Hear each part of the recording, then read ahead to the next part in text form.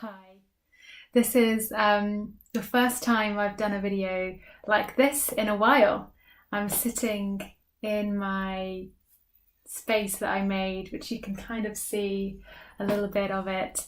And it's the first time that I'm making this video, which I've actually prepared in hindsight. It's not as off the cuff as my video making normally is.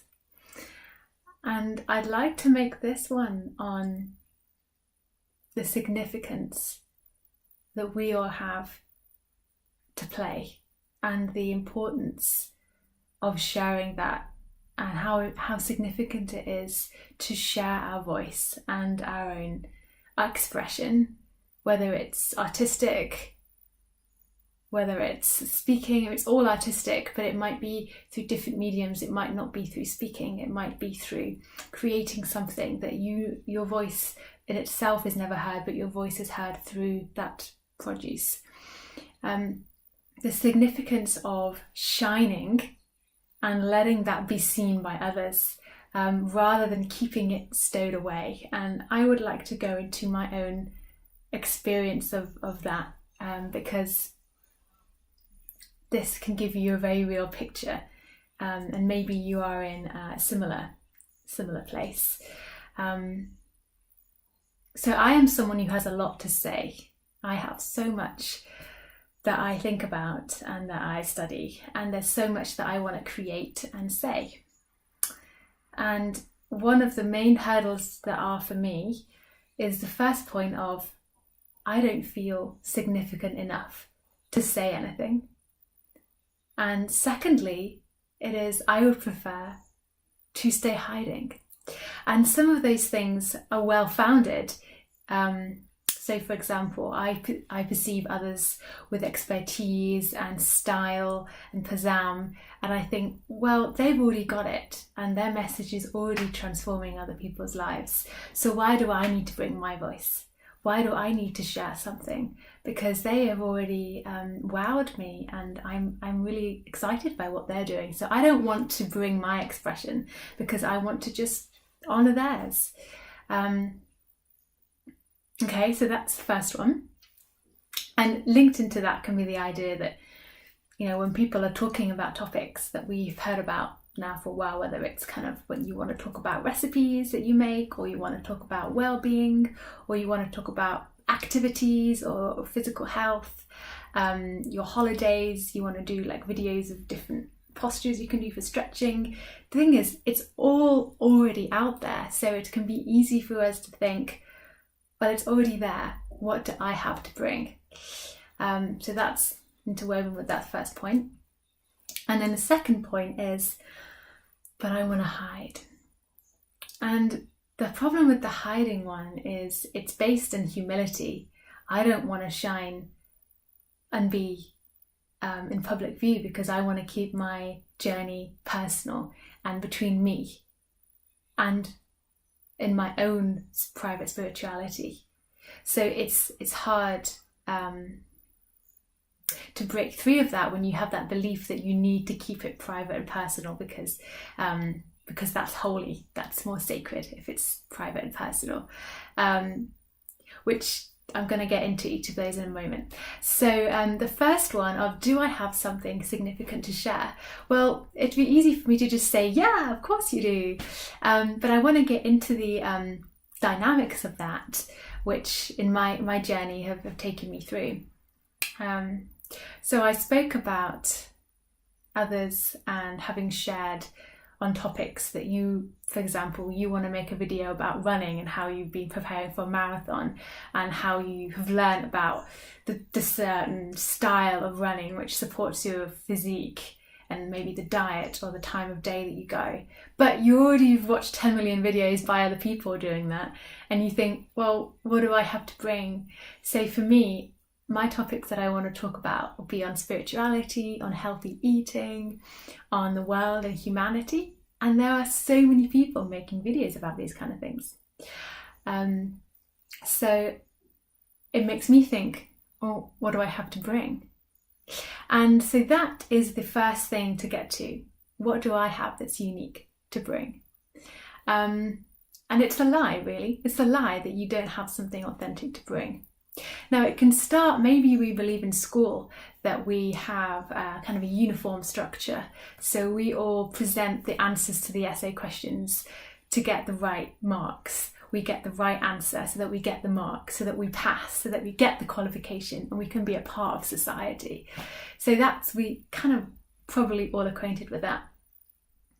What I used to love was that often I would have one or two teachers who would just be a little bit on the edge, and they'd say to me, like a little more creative and artistic than perhaps some others, and they'd say to me, it's good to just repeat and regurgitate the right answers, but it's when you bring something original that it will get past any marker or any perceiver. They will understand that there's something really authentic coming through, and that is golden, and that will help you to really shine and to bring your own work to the table, which, in terms of school and exams, and I'm using this as an example because there can be a lot of conditioning that comes through at that time.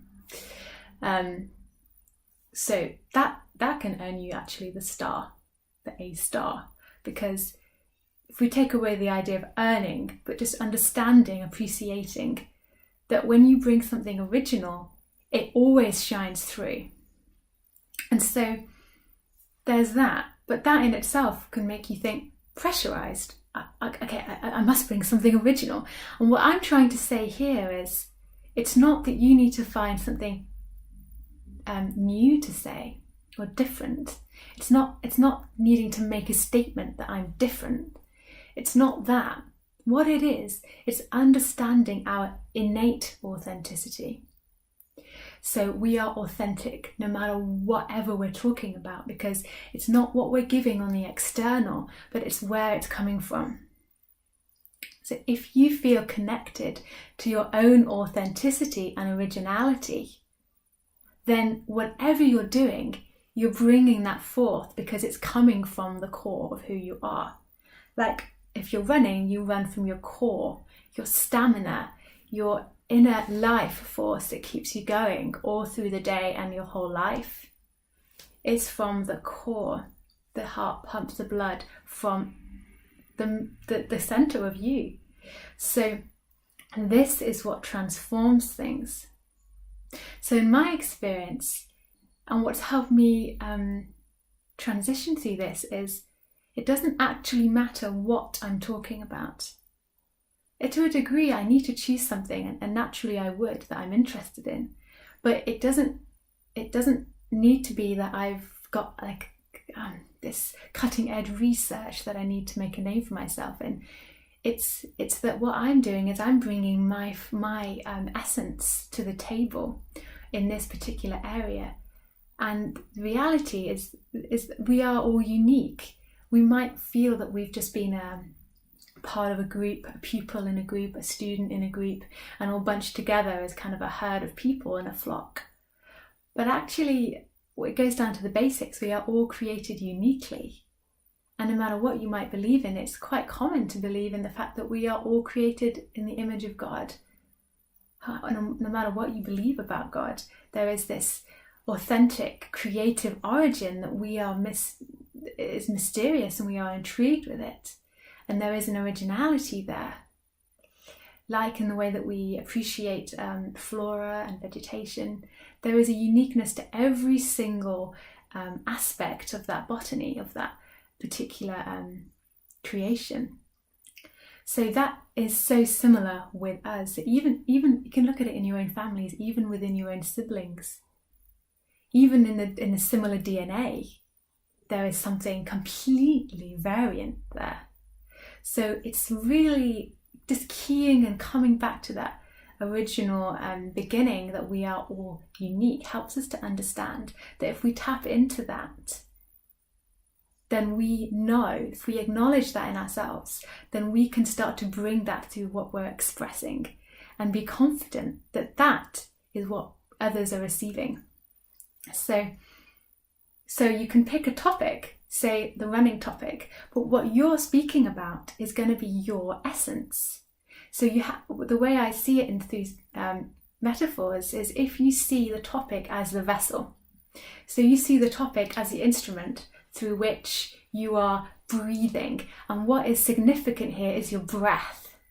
So if I'm a flautist, and I haven't really played properly in a long time, but I used to play a lot, and I would play in the orchestra.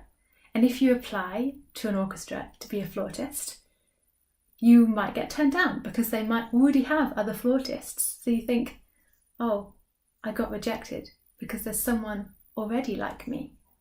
Or you apply to a job, you get rejected because that personality is already fulfilled. But this is so far from the truth, because there is only someone like you.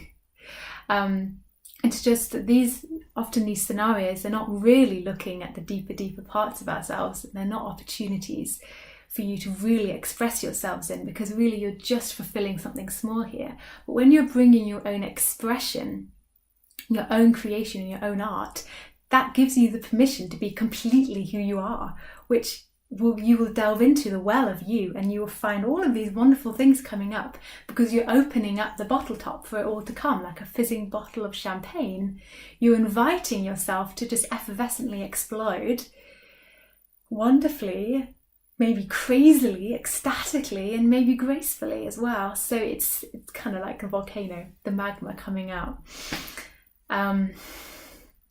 So taking that image of the flute, if what you're talking about is the vessel and the instrument, the way you do it, the way you move your arms, it's not even your bodily expression or the words you use, it's so much deeper. It's the frequency of your voice, it's the vibration, it's the anecdotes as well that you bring, but it really is the music of who you are, the breath of who you are, and that is what transforms what you're saying.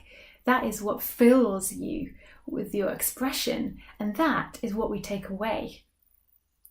It's a very there is logic involved, and there is factual information involved. It depends on who you are and which dimension you might operate in more. So for me, I'm more of a empathic, sensitive perceiver and expresser. So the way I give and understand things will be more through, how does that make me feel? So the way I see it is that authenticity is expressed through how it feels. So if I watch a video, I'm often not really that interested in the facts, though sometimes facts will really connect with me and I'll be really pumped up by it. Often what I'm watching is I'm receiving the frequency and the presence of that person, and that is what uplifts me and empowers and inspires me. It's like receiving it's like eating something. It's the way that it tastes, or the way that a drink, the way that it feels in your mouth. So that is what we are giving. So also think of it like a sound wave. You are giving this through the interwebs, through the realms, and across the whole region. When you're speaking, you are releasing something really significant and you're moving it.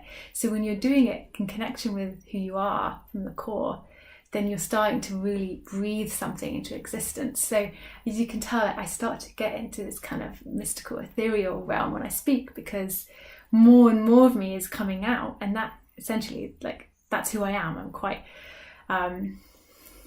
involved in that.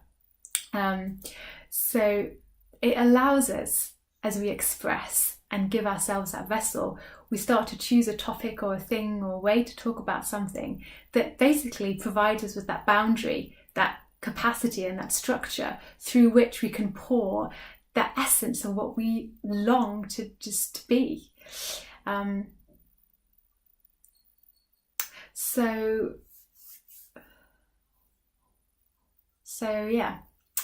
So that I will probably start to bring this to a close, and I will just close this with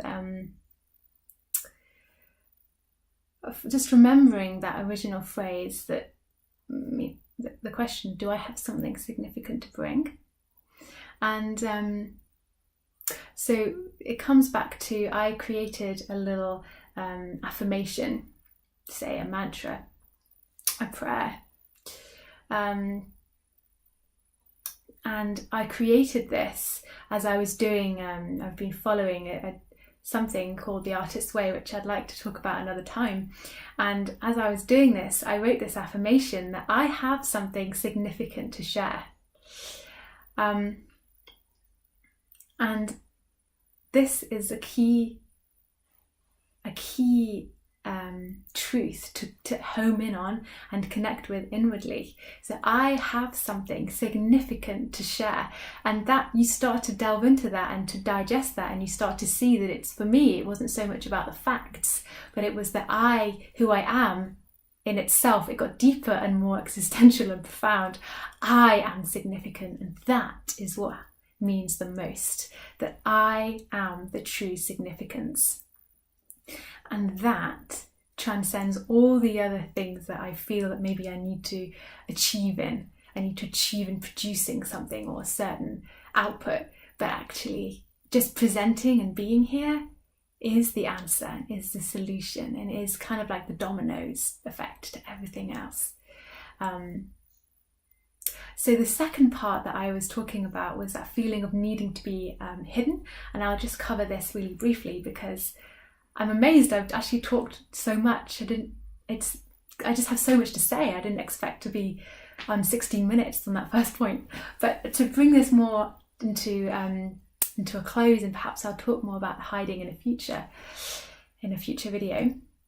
There is that kind of self-satisfying need to hide, because it feels good to keep things for ourselves. The key point there really is that there's some kind of self-righteousness for keeping our lives separate and hidden. To a degree, we will. The thing is that we will always be private in a certain area of our lives, and so there isn't really that much of a question about whether we are going to unveil too much, because if we follow our heart and our minds, our intuition, then we will know when it's too far. So there is always an ease to that which is significant to share, and a play and a joy and a fun. So for me, the hiding really has been a feeling of fear, and it's been a feeling of apathy, really, and the sense that it's actually more holy to hide and not to share. And the key for me to breaking through that is really just joy and ease and lightheartedness and confidence that actually it doesn't matter. It doesn't matter about these high, lofty, prideful ideas that I have about how life should be, but actually I can be a child and I can express myself, and I can go into who I am and share that without feeling afraid, because I'm a child and I trust in who I am, and I trust that I will be protected in these arenas where I share. So there are deeper things to talk through there about fear, and about how much to share, but it's something I'm going to talk about another time, because this is getting too long. So this is great because it's the beginning of sharing more, and hopefully more regularly. And as you can tell, I'm still walking through that feeling of how to do this regularly and how to share more, because it is a transition, and it's important to take that gently and gracefully. So I'm just really happy to be doing this and sending this out in this New Year time, and really thankful for all the others who have inspired me. There's been so many people who share, express themselves. Even recently I was watching one lovely lady, and that really inspired me. So as we do this, we create fireworks to each other without expecting or even knowing. So it's really profound. Thank you for watching, and I hope to see you another time. Bye.